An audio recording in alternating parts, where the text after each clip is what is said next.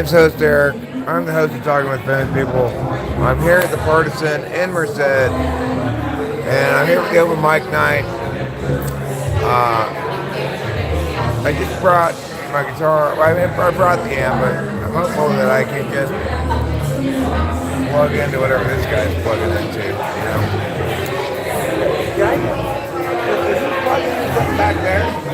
Yeah. Can I just plug into that thing back there, whatever it is? Yeah, it's just DI. Alright, great. And I can put it back in the monitors if you want to hear yourself. Yeah, I probably don't need to hear a lot of guitar about it. You know? Yeah. I'm sure the levels will be a lot better than me trying to use them. Alright, cool. Thanks so much. Sorry, she's my approach. Hi. Nice to meet you, Vanessa. I'm Eric. So yeah, I'm showing her the ropes tonight, but I might be a little bit laggier than usual if I'm trying to explain it. Sure. Sure. Take your time. Hi, everybody. Hi, Carmen's Pimp. Hi, Acacia. Hi, Bubba Fett. I'm here in Merced, and I'm here at the open mic. Well, ladies and gentlemen, it's a nice full bar tonight. Good to see you on this lovely Tuesday. It is open mic, in case you didn't know already. Right now, we've got our first entertainer up there, James. Is your microphone working? Hello. It is. Hello. Can you hear yourself all right? Hello. Hello. Let's try that guitar. Is that going to make a noise?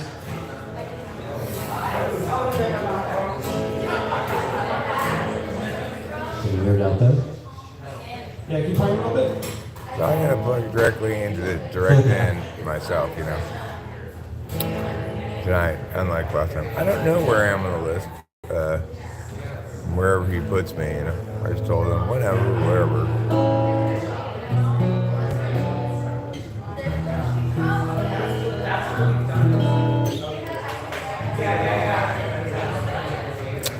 Probably not. All right, James, the room is yours, sir.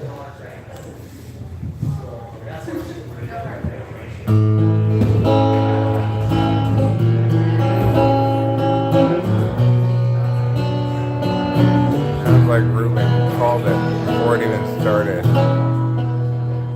Living on my roots, shut up in boots, work your back time beer.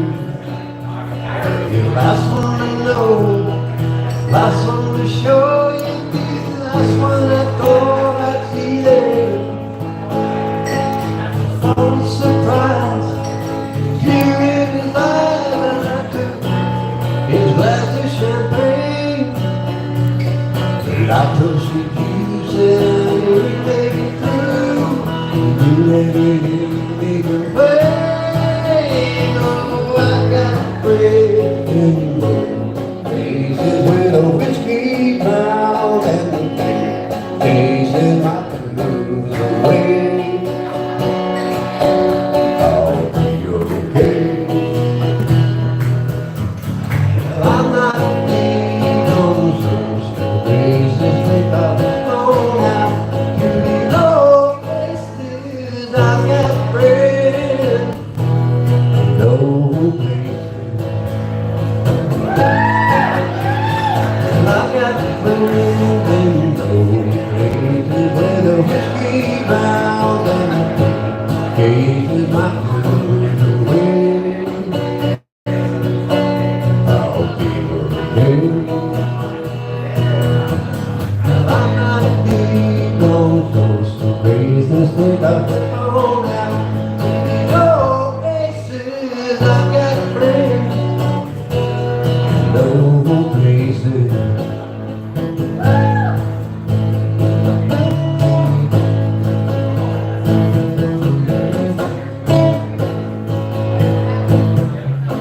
Now, in a little while, we'll go out to the car. I gotta get my cord. I left it in the car, my 1/4-inch, but what I don't have to do is bring in my amp. Just don't be long, but then I've been there before. When things is alright, just say goodnight and I show myself to the door. Now I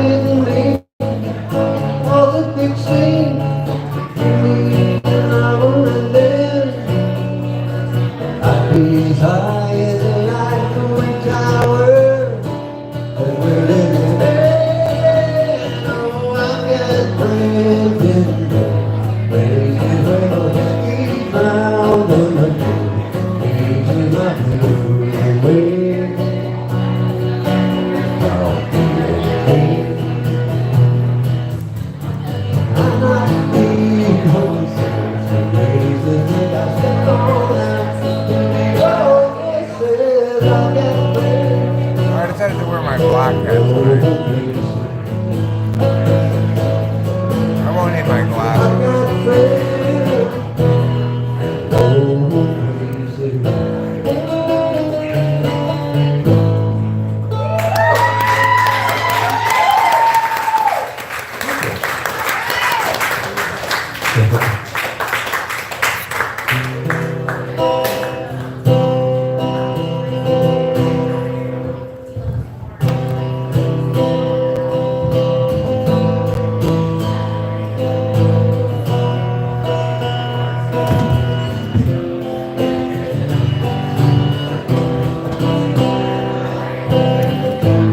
Okay, let's go get my cord. I'll smoke a cigarette too.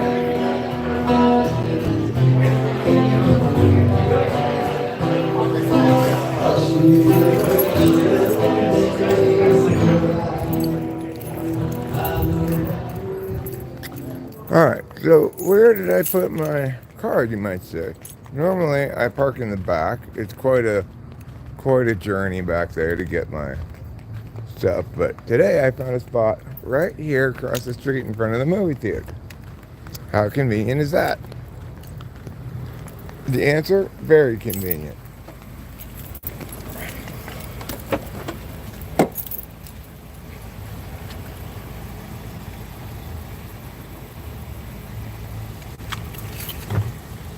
Oh, where's my cable? This fell over, I guess.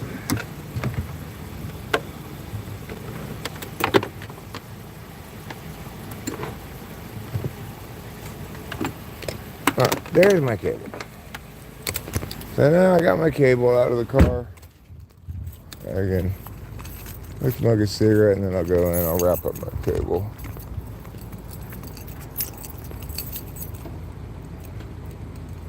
Right there.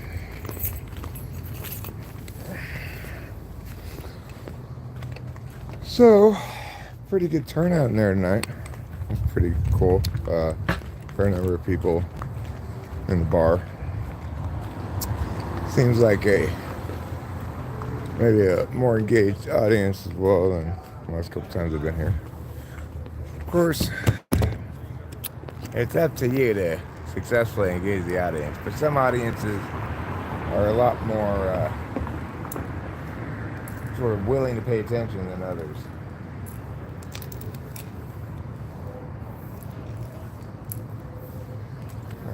Wrap this up sensibly instead of a big mess.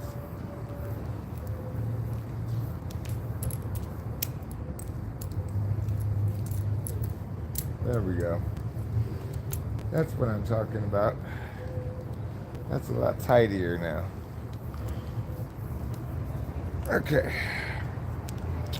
So with this tidiness in place, I could put this cable in my pocket even. Excellent work, Eric. Excellent, excellent work. You are truly a champion among men. Alright, so smoke this cigarette, go back in, chill, try to sit through other people as well, you know. It's just that as a live stream activity, I don't really think watching an open mic is that interesting. I kind of feel like, wow, that's a pretty boring live stream. Watching a bunch of open mic people.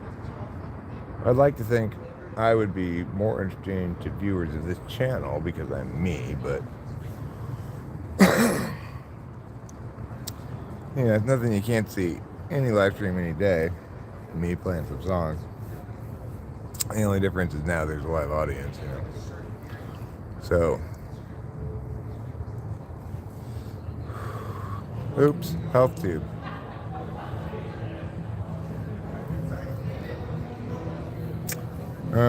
Well, whatever. A health tube now and again. Never at the end of the world. Hi. How many songs do you have in mind for tonight? How many would you like me to have in mind? I've got a total of 5 performers thus far. You want me to do just 3? If you're 4? 3 or 4, sure, yeah. 4. Do you want to go next? I can go next. Okay. I'll be in a step of the cigarette. Okay. Totally fine. Thank you, sir.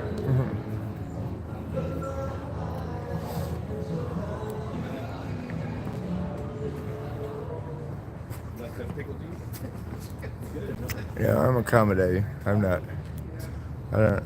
have to play man number or man number. But 53 or 4, I'll do 3 I have planned, you know?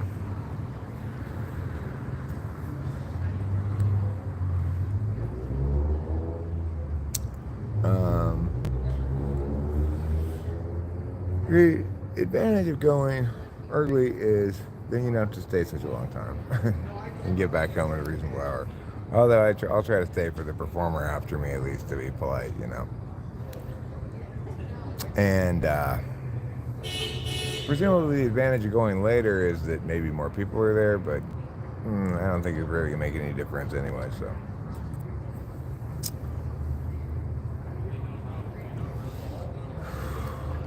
So I guess I will start with second night,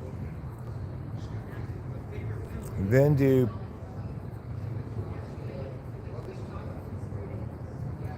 pucker tart lemon squeeze,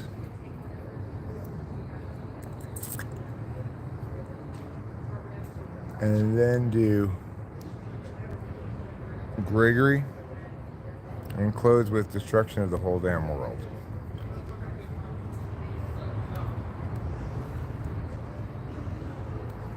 That'll be a good set. Hopefully I can like kill it with destruction. If I play it like I did earlier today on the stream, I'll be pretty happy with that performance. I don't necessarily play it that well, but hopefully I will.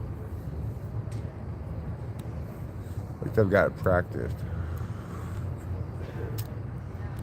I could start with pucker tart and then go on to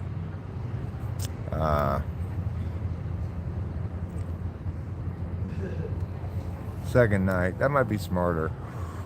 Start with pucker tart, then go to second night, then go to Gregory, and close with destruction.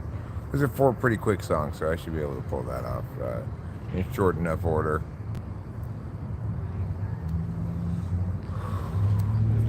Afterwards, if you're all really well behaved, maybe I'll take you to Cold Stone Creamery, which is right across the street.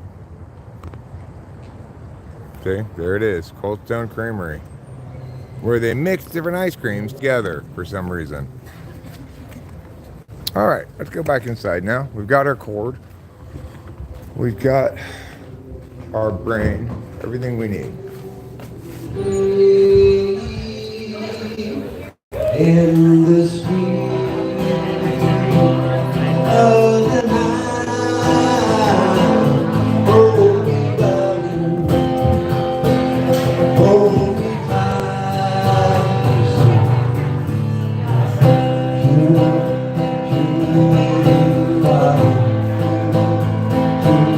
so near, so right, lost in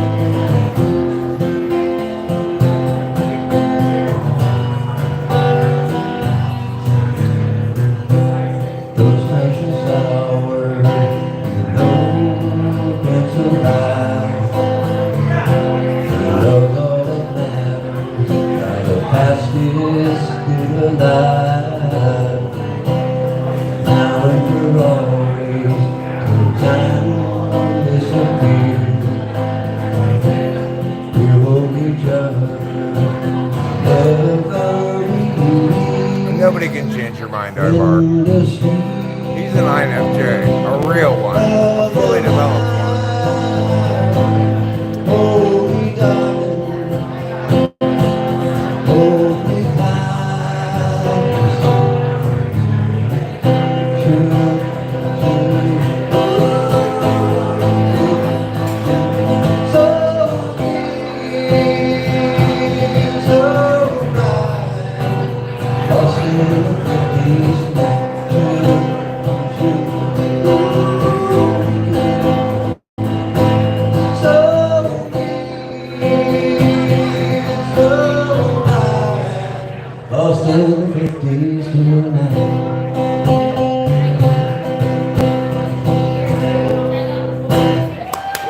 Thank you.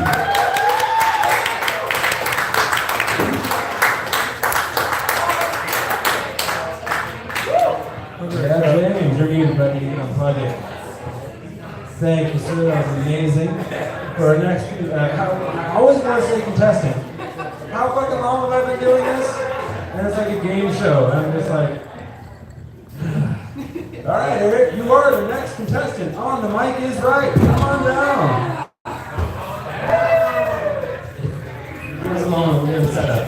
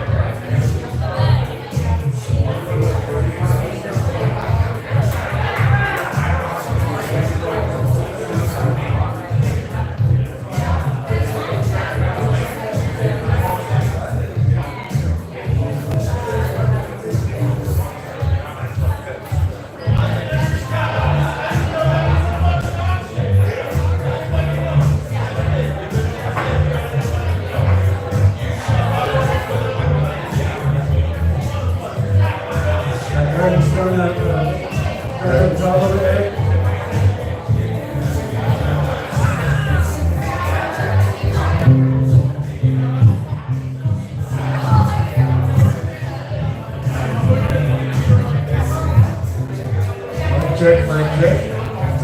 Mic check, mic check. Good on up. Sorry, we're getting them to turn down the house music. Is that okay for you? Did you turn the stage? I'm sorry, say again.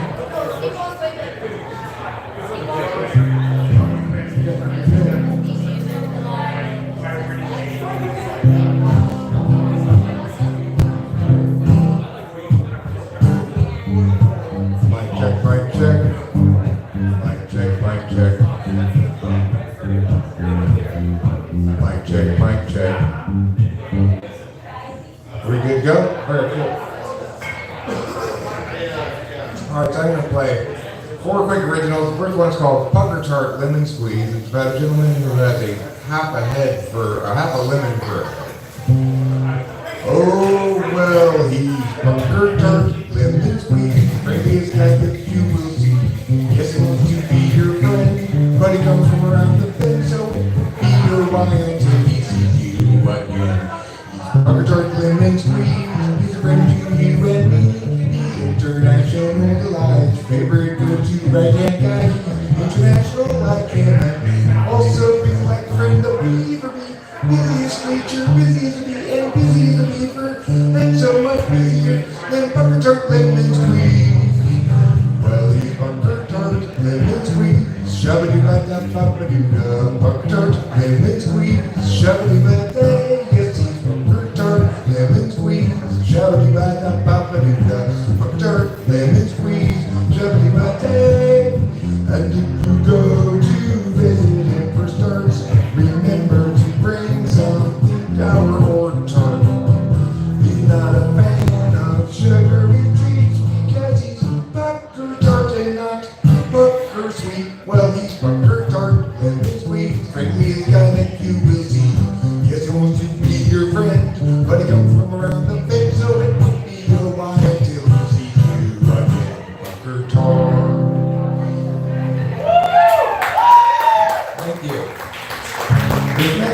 called The Second Night.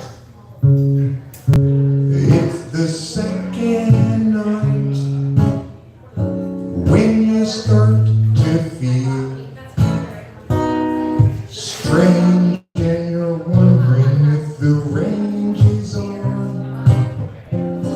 Sending sparks to soar in the kitchen sky. An actual night. Is there no talk to the dark above the shelves? Where she stores the chime above the sleeping forms of vivid mind figurines of Western lonely types. They lie beneath the million running suns. They're rugged and they're done with the actual night. It's the second night when you start to feel strange and you're wondering if the range is on. Sending sparks to soar in the kitchen sky. And actual night. Is there no talk to the dark up above the shelf? Where she stores the chime above the sleeping forms of vivid mind figurines of Western lonely types. They lie beneath the million running suns. They're rugged and they're done with the actual night.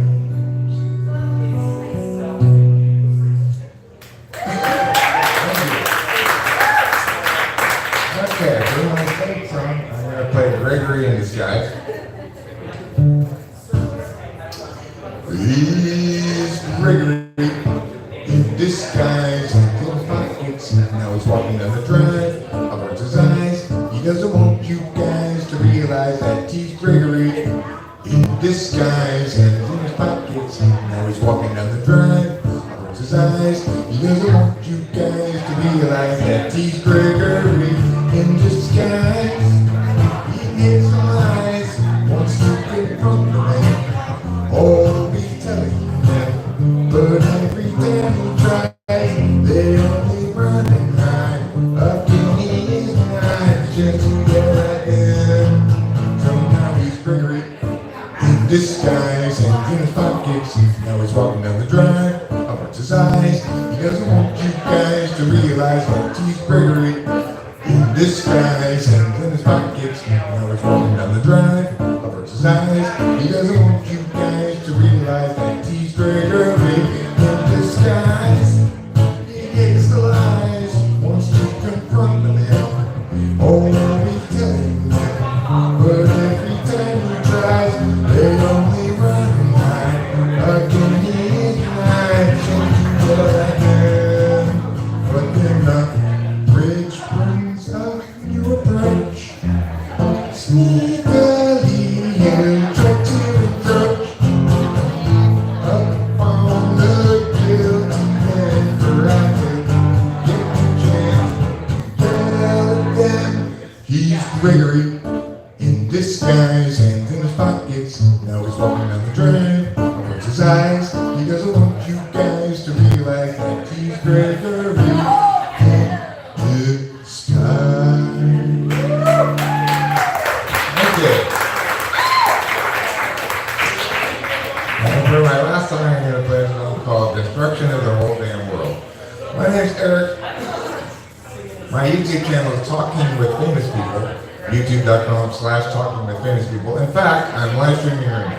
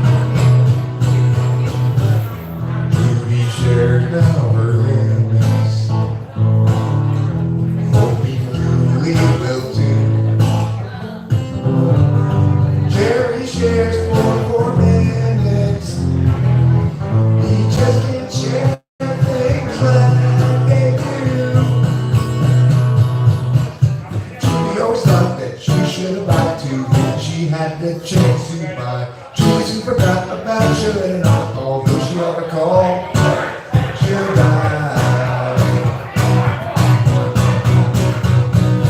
People everywhere get her up enemies out great that now. There was a sign, now we face the priorities. These far and backstabbing entities. Insulting, heartache, considering, not necessarily from their started ways. Insulting, encouraging, and liberating. We're stuck with such many diversity. We all partisan directories and call it destruction of the whole damn world.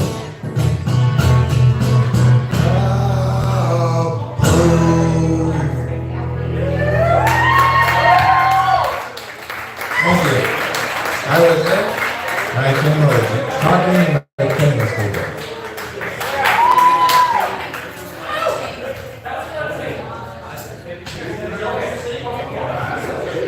Thank you so much, Eric. Thank you for bringing us in with the famous people tonight.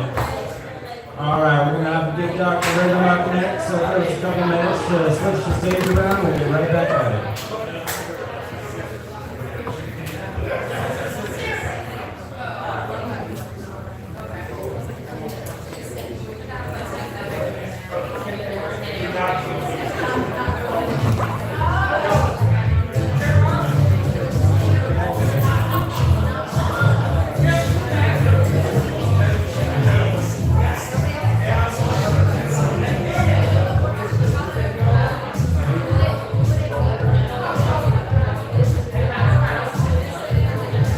All right, let's go smoke a cigarette, everybody.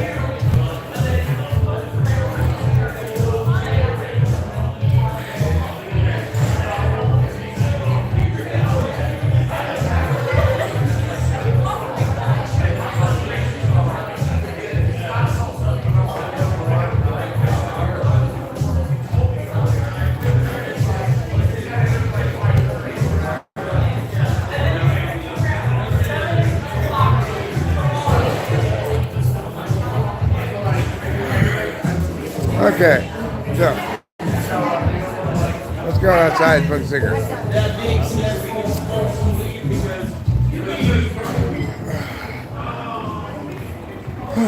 Well, that was pretty good. I can certainly hear myself a lot better this time because I did a smart thing and plugged into the direct in that goes to the board, you know. So I felt thusly empowered. I still wasn't at my best, but it wasn't bad. It was better than before. It's the best one I've done yet since I started doing this. Well, obviously it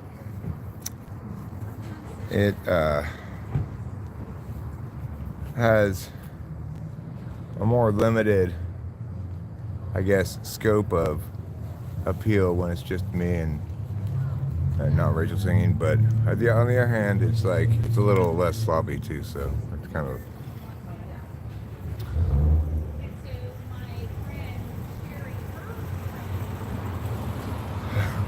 next time we sit closer to the stage. Unfortunately, we couldn't this time because the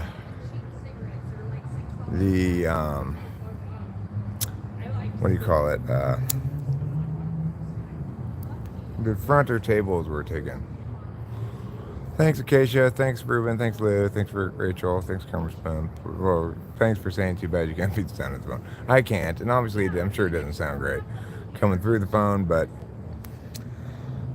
hopefully you get some sense of how it sounded like. You know, it wasn't my best run through ever of those songs, especially Second Night, which I kind of it was kind of iffy, you know. I nailed Gregory pretty well. I did a pretty good job with Puck Guitar. At least I remembered the part that I was afraid I might forget. And I did a pretty good job with thanks, Karma's Pimp. I appreciate it. Thanks, Rachel. Appreciate it. I mean,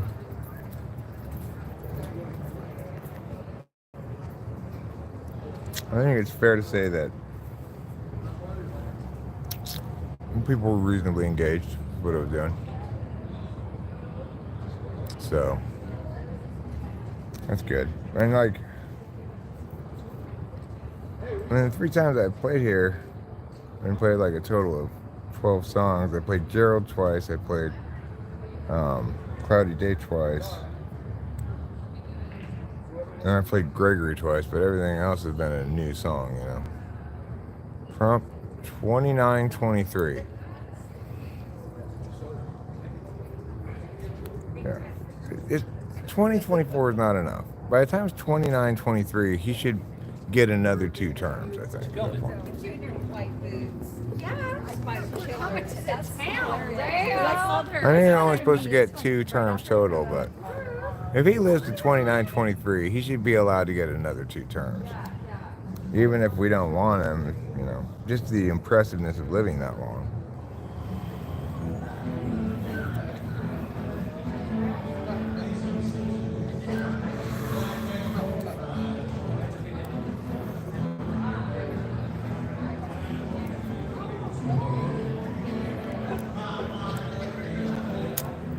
I don't know who I'm rooting for in 2024. It's not like there's anybody good. I don't know if I'll vote, but you know, I guess Trump's preferable to Biden a little bit. I don't know. It's a tough call, really. They're both terrible.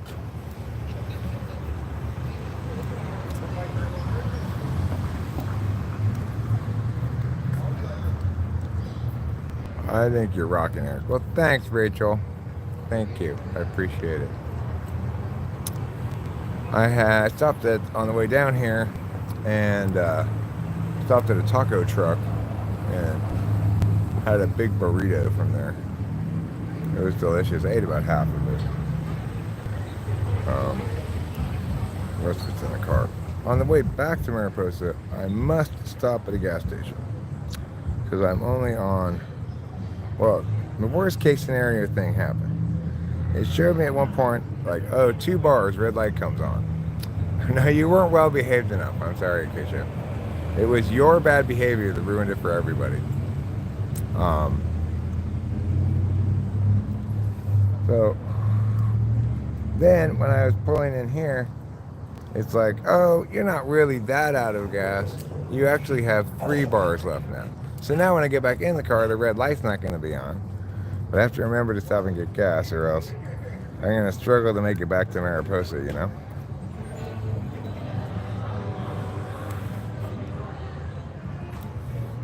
Yeah, well, I hope so, Keisha. I hope so. Because, you know, we win as a team and we lose as a team, okay? Except when we lose, it's because of you. It's all your fault.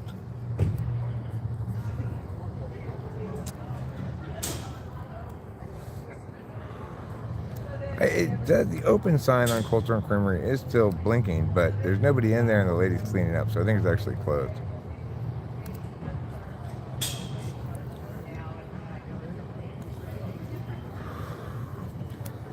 So that was worth doing to just, you know, get even a little more used to playing live in front of people, you know. I have heard about the snow coming this week on Saturday, purportedly.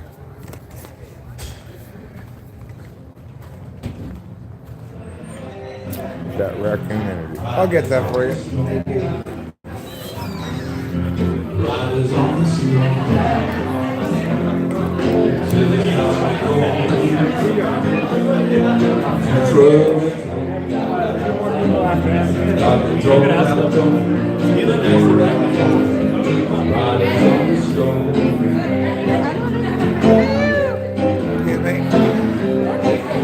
There's a killer on the road who's bringing squirming like a toad.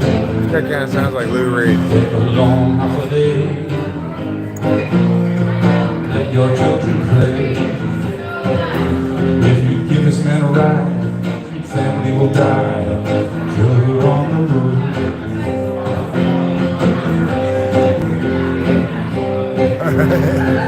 That's called the passive-aggressive door game.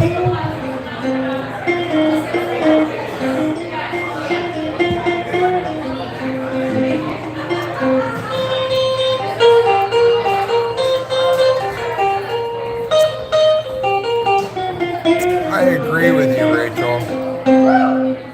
Yeah, we should thusly stock up, but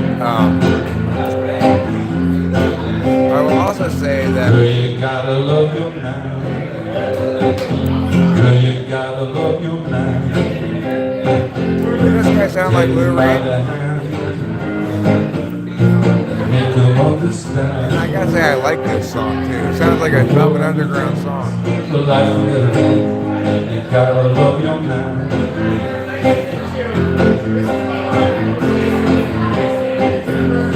Riders on the storm.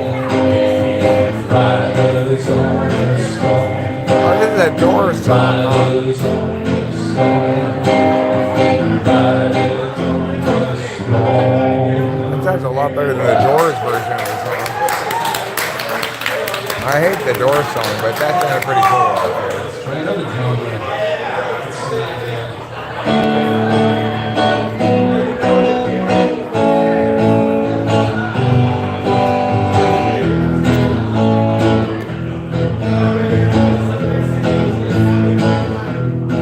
I'm gonna wait till midnight hour. That's when my love will tumble down. I'm gonna wait till the midnight hour when there's nobody else around. I'm gonna take you, girl, and hold you. Do all those things that I told you in the midnight hour. In the midnight hour. I'm gonna wait till the stars come down and see the twinkle in your eye. I'm gonna wait till the midnight hour. That's when my love. I don't know, Jason. I recognize the song, but I don't know who it's by. You can really love me so in the midnight hour. In the midnight hour.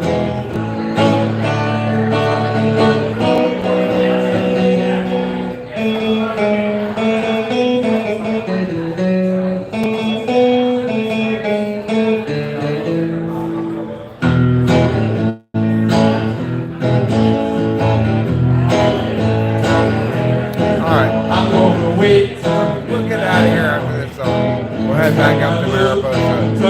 We gotta go to the gas station. We'll send Pickett.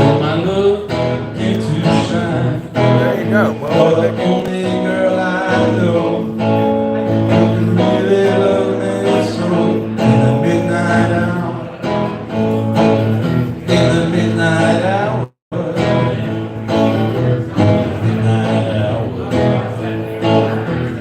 Midnight hour.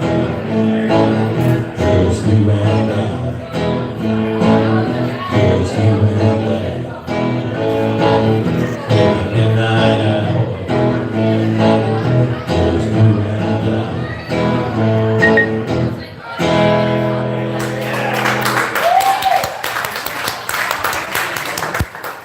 okay, let's go. Let's tell me to stop. Alright, sorry. I got distracted. Now my throat shaking. You want one more rock? Alright. Okay. Thank you. Thank you. Have a great evening. Ready to rock and hit. Okay. I'm ready to go. Because I'm not so much a fan of listening to open mics as I am of playing at them. Maybe that's unfair of me. I don't know. What are you going to do, right? Life is what it is, and you do what you do. And you live with the consequences, I guess. Anyway, I like that Gregory guy. He's very nice. I know his name's Gregory because he told me last week after I played Gregory in Disguise that was his name. He's Gregory. Although I think he probably goes by Greg, but you know, I'm no expert in remembering people's names. So let's not get ahead of ourselves.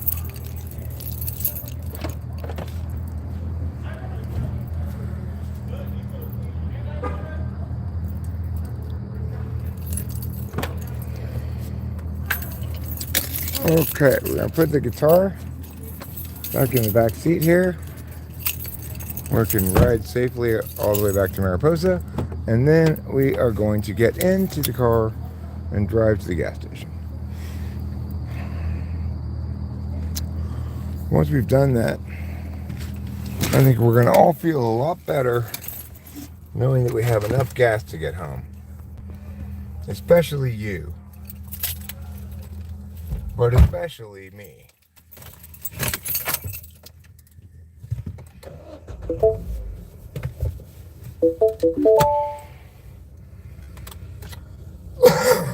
Okay. So, this thing that I'm sitting in is called a car. And I use it to drive around from place to place. You know, the North Pole, the South Pole, and everywhere in between. This car has 130 million miles on it, which is quite a few miles for a car to have on it. I mean, sure, I might have accidentally added 2 zeros onto the end of that. But still, I think we can all agree that my car has 130 million miles on it. Alright.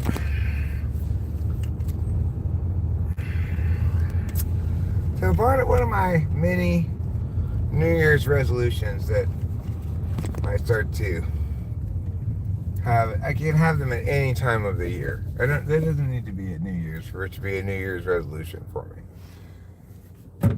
Everything that's a resolution can become a New Year's resolution simply by declaring it such. Anyway, one of my New Year's resolutions is to stop saying, oh God, Eric, you dumb piece of meow. My amp fell over in the back because when I got the cord out, I didn't put it back properly. Whatever, I'm sure it's fine. So, anyway, what was I saying? Oh, right. One of my New Year's resolutions is to stop saying to myself, I hate myself. I say it so often.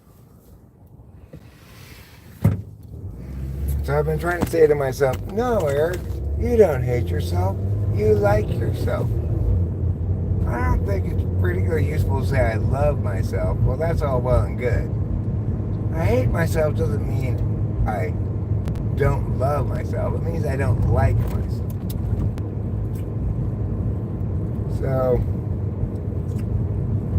and it's harder for me to get myself to say, it's okay, Eric, I like you, than it is to say, I love myself. Because you can love things you don't like, easily enough. But, what can't you do?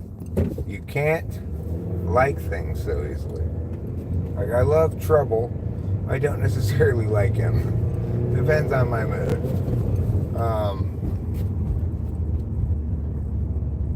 Certainly I could never, like, betray him, not be there for him or whatever. But at the same time, you know, he's a pain in the ass, right? He's mostly a pain in the ass. And, you know, he interferes with my relationship with my other cat. But that's just how it goes. That's Trouble, and that's what we deal with. Regardless, see how it's easier to say you love somebody than you like them?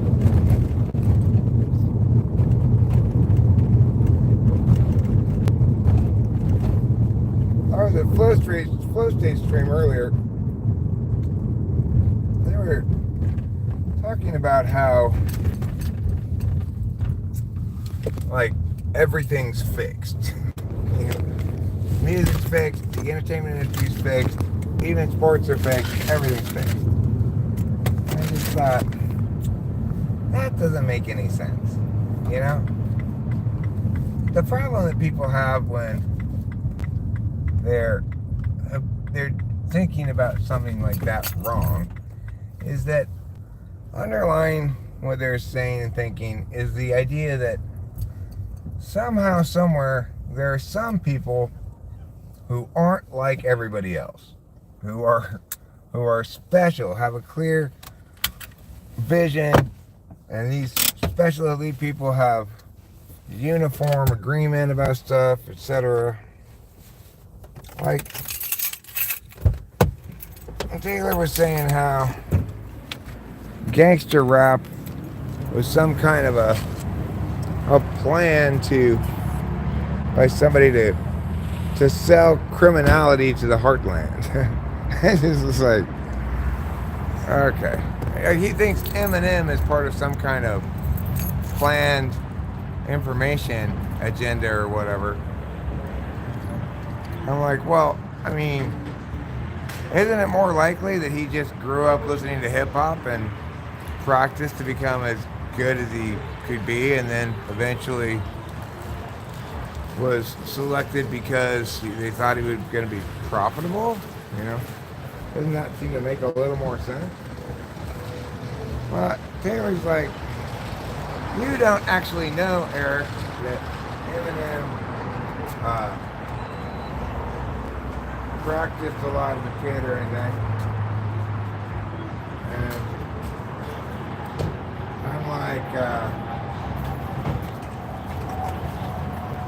well, I mean, I have heard like audio of him rapping at like 13 and stuff, but regardless, it's just, that's how artists develop, you know?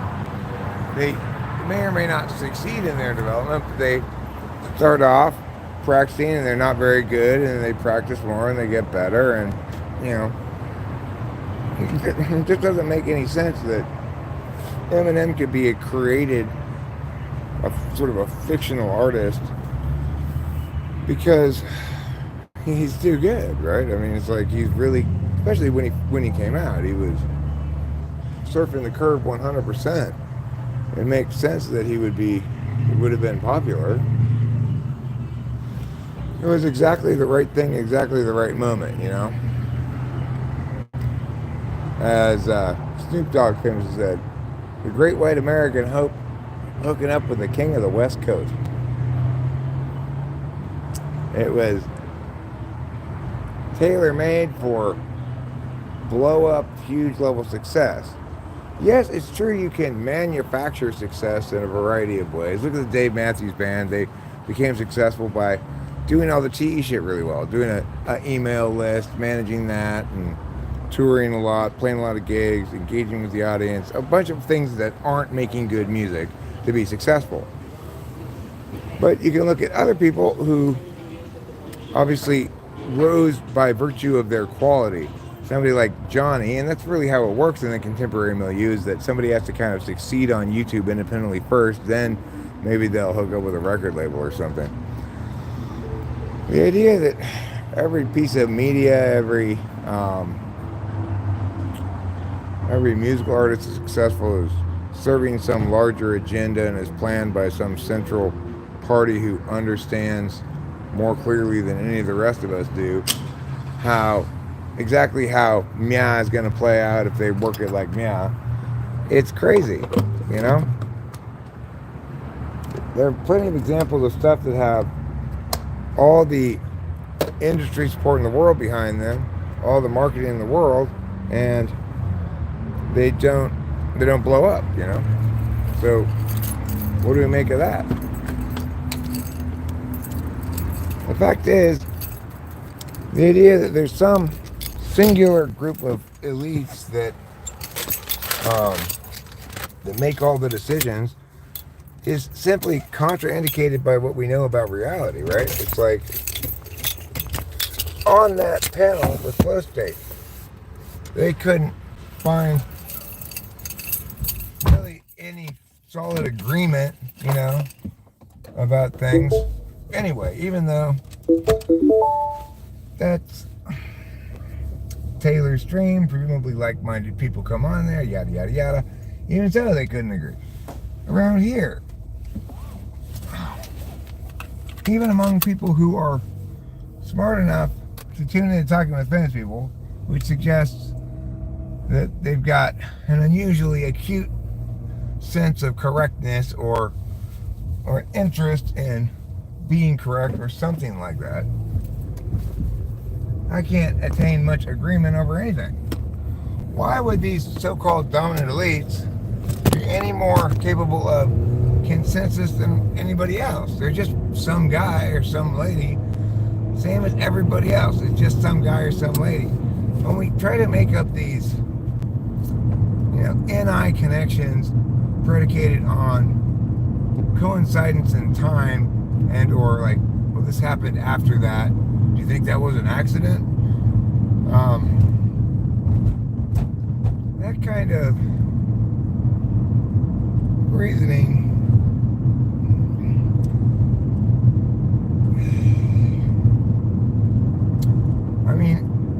with just NI overreach combined with a fundamental attribution bias that because things happen a certain way, someone intended them to happen that way. Usually that's not the case.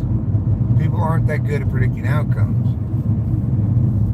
And it's not just me and you who aren't good at predicting outcomes. Nobody's good at predicting outcomes. Certainly, they can't predict that if we back this musical artist, this long cascading chain of events will follow from it. That's just like, they're not superpowers. These people they don't have superpowers. They're just regular people like you and me.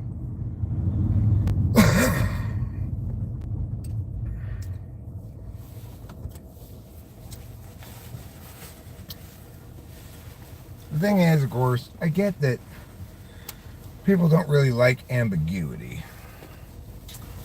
And that what I'm saying is, let's have a nuanced understanding of this that's ambiguity tolerant. That when we're trying to figure out why did meow go like meow, the answer almost always is going to be a multiplicity of different factors engaging in a irreducible confluence of stuff,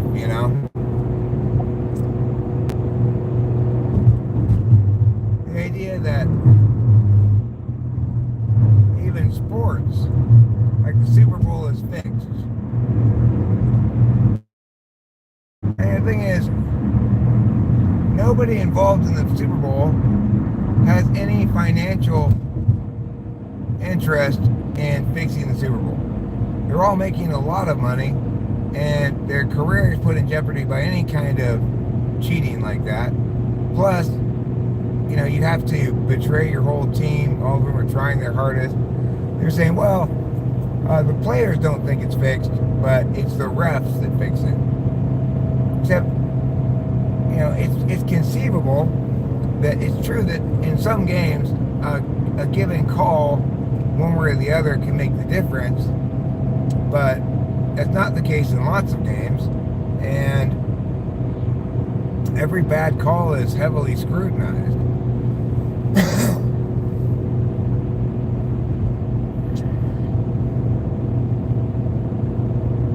So, I don't know. I'm just thinking about,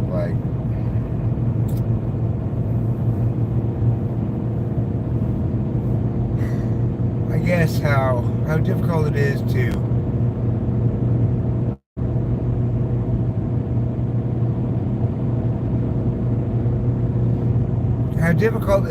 to reveal to others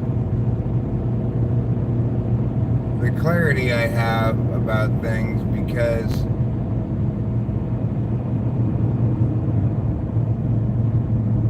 I'm not sure why. I'm really not sure why. That's the bottom line. I don't know why.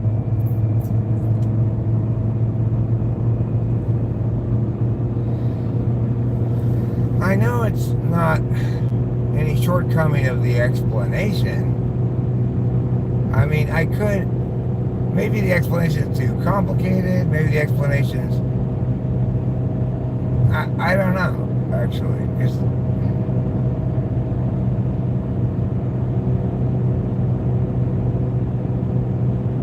It's like I understand things clearly and they seem simple enough to me, the explanations I have, for a variety of things, and they seem obvious enough to me. But I guess most people aren't really looking for clarity the way that I use the term, which is to say,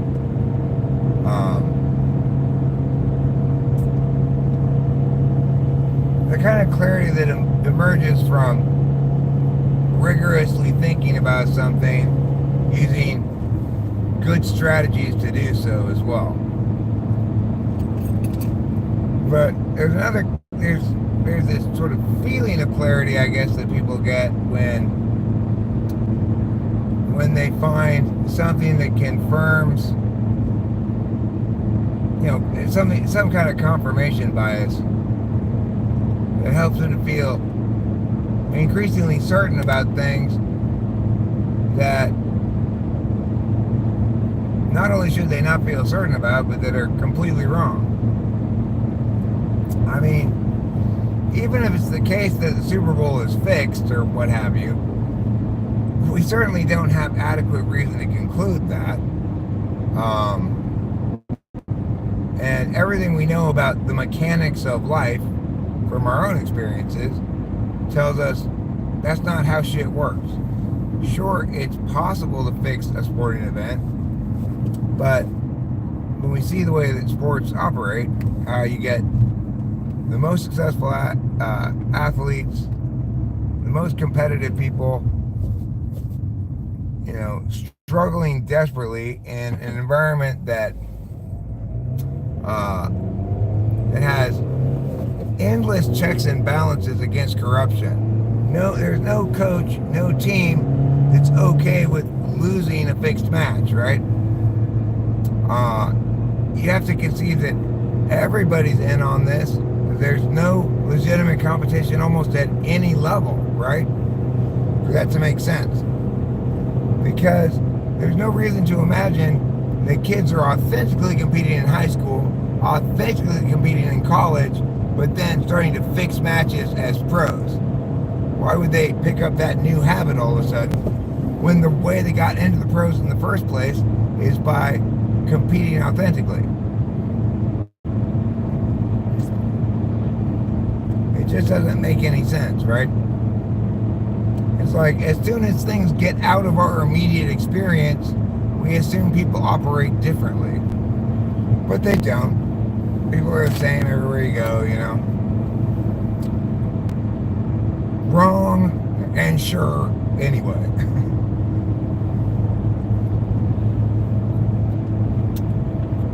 Wrong, sure, and unable to predict impact.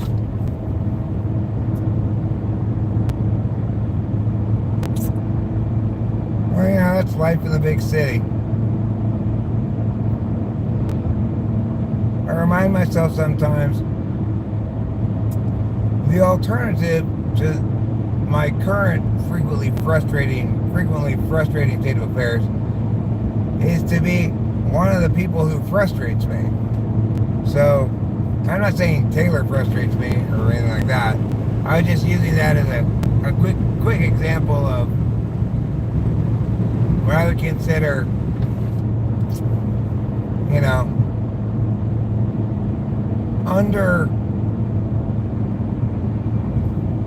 under rigorously thought out stuff,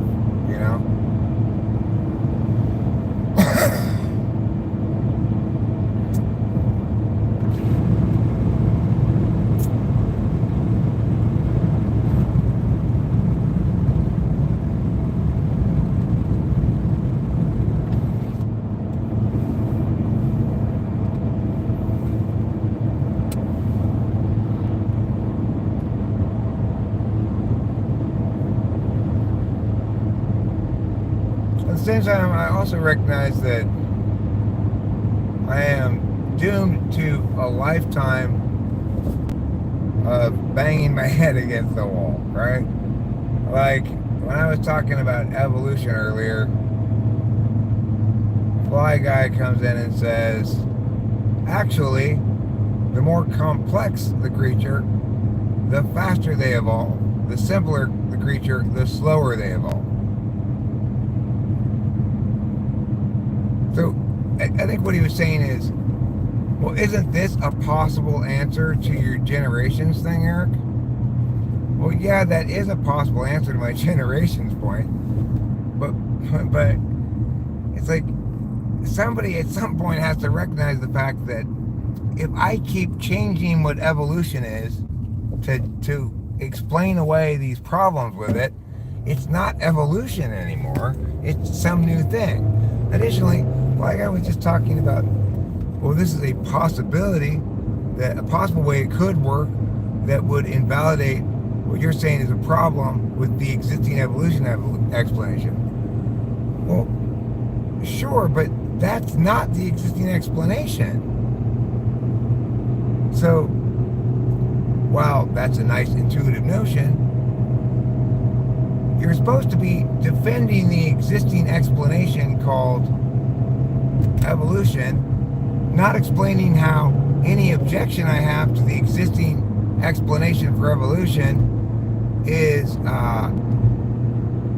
can be negated by pointing to a non-existing evolutionary explanation, right? There aren't any evolutionary scientists who make that claim that the more complex a species it is, the faster it evolves, and the less complex, the slower it evolves. And Fly Guy's reasoning for it, that because there's fewer total elements, there are fewer things to make changes to, and therefore evolution is slower, is of course insane, because in fact,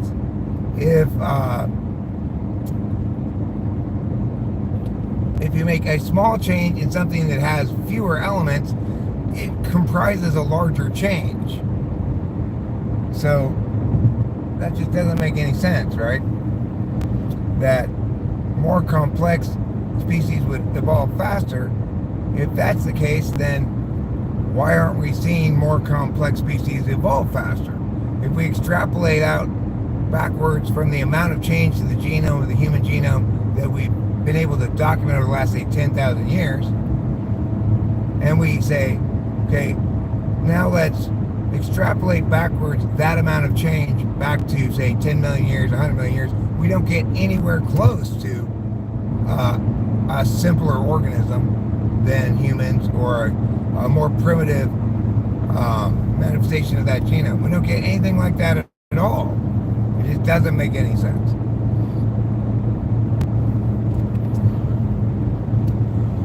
But you know, a lot of people, most people, I guess, they're just not accustomed to evaluating things explicitly on their merits. They're incorporating some kinds of heuristics into their understanding of things. It might be, expertise of others. Like, well, these experts say so, so I believe in it. It might be broad consensus. Only fundamentalist Christians don't believe in evolution, Eric, like that kind of a thing. It could be some other heuristic, I don't know. But clearly, when I'm engaging with people about evolution and they're disagreeing with me about it, it's not like any of them actually ever do remotely anything close to the amount of intellectual work I'm doing in negating it, right? So I'm giving multiple reasons why it doesn't make any sense at all, how it's been falsified multiple times over, how changing it now to try to validate it is not how science works, right? You can't, you say your theory is correct, oh, it just has a few more bugs. That still doesn't make sense. Oh, well, let me just change a few more things. Well, it still doesn't make sense. It even makes less sense now. Oh, but it's still right, though. You just need to change a few more things. That's not how science works, right? So it seems really obvious to me that we negate until evolutionary scientists do a decent job of actually explaining something. But other people don't view it that way.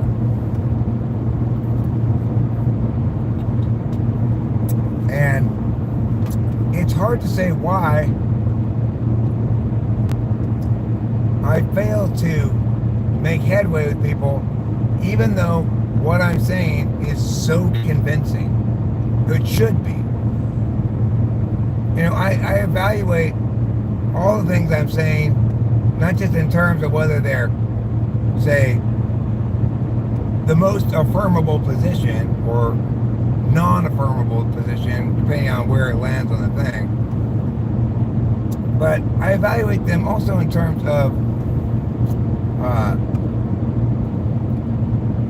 like, what kind of thing, if I were to see an explanation that worked, what would it do, right?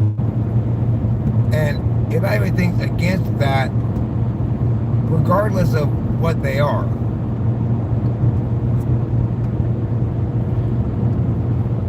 And I guess that's the thing that people don't do, is they don't ask questions like that. If I had an explanation for where species came from, what would it do? What would it tell me? In order to be an adequate explanation, what criteria would it have to meet, right?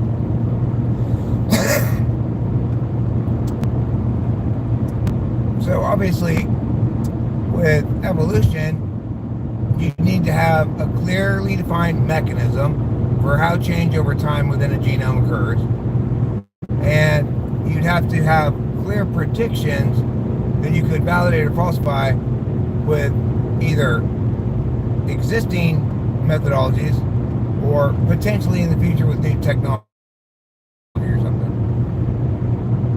And those predictions, when they validate or falsify, that would have to be determinate, which says if they do falsify, we reject the explanation in whole. Evolution is trying to avoid its fundamental job as a theory. It needs to make predictions and provide its own criterion by which you or I can falsify or validate it. Its failure to do so means it's just people blowing smoke out their ass. And that's just how it is. It's like there's zero chance I'm wrong about this, because my position is not that there's no possibility that species could have emerged through change over time, just that we don't currently have an explanation that supports that notion. And that's absolutely correct. There's zero chance that my position on that is wrong. So it may come into the future where somebody goes, oh, this is what we were getting wrong. It was actually this mechanism. It's not reproductive selection, it's this mechanism. And then I'll be like, oh, okay, actually that makes perfectly good sense. And that would be great. But that has not happened yet, and that's indisputable. So nobody should affirm evolution as an explanation for where species come from. But people do all the time. Why can't I get through to them that what's exceedingly straightforward and clear to me, that this isn't doing its job properly? Why I can't convey that to other people adequately, I don't really know. I mean, I have had a few people say, yeah, I used to believe in evolution, but after listening to you talk about it, I realize I can't make sense of it either. I've had a few people tell me that, like INTPs maybe, you know? But by and large, people just either agree with me about evolution because they're creationists, or disagree with me about evolution because they're not. And then you've got, the better thinkers are hesitant to push back against it because they're trying to actually, evaluate the strength of the arguments and stuff.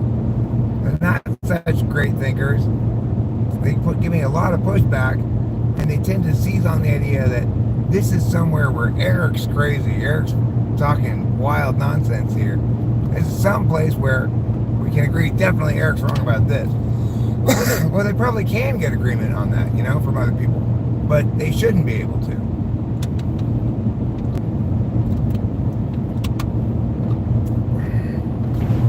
I'll stream again when I get home later, so see you later.